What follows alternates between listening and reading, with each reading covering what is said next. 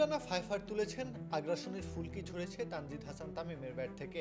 তবে এসব কিছু বাংলাদেশের ডেরায় যতটা না স্বস্তি ফিরিয়েছে, তার থেকে দ্বিগুণ স্বস্তি এনে দিয়েছেন 13 ইনিংস পর 50-র দেখা পাওয়া নাজমুল হোসেন শান্ত।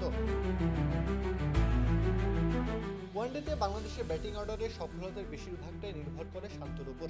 তিনি রান করলেই বাকিদের কাজটা পানির মতো সহজ হয়ে যায়।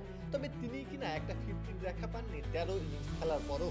শেষবার যখন 50 পার করেছিলেন, সেদিনের তারিখটা ছিল 24 ফেব্রুয়ারি 2025।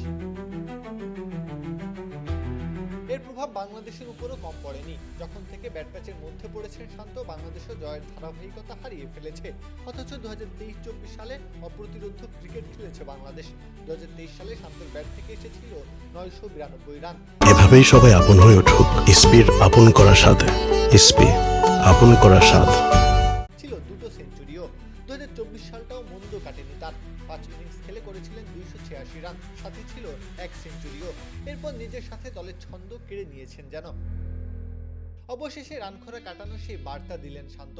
3 নম্বরে ধারাবাহিক ব্যর্থতার পর নিউজিল্যান্ডের বিপক্ষে দ্বিতীয় ওয়ানডেতে নিজেকে নামিয়েছিলেন 4 নম্বরে। টপ অর্ডার থেকে মিডল অর্ডারে রূপান্তর করেছেন নিজেকে, আর তাতেই বাজিমাত।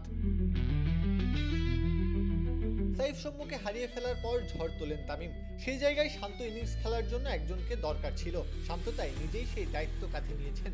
সবার অগোচরে নিজের কাজটা করে গেছেন। প্রচন্ড গরমে পায়ে টান লেগেছে, মাটিতে লুটিয়ে পড়েছেন, এমনকি মাঠ থেকে উঠে যেতে হয়েছে। তবে যাওয়ার আগে দলকে রেখে গেছেন জয়ের দরজায়, আর নিজের ব্যক্তিগত খাতায় টুকে নিয়েছেন 71 বলে 50 রানের ইনিংস। তাই তো শান্তর ব্যাটে রান, এর থেকে স্বস্তির আর কি বা হতে পারে বাংলাদেশের জন্য। প্রত্যহ কাব্য, খেলা 71।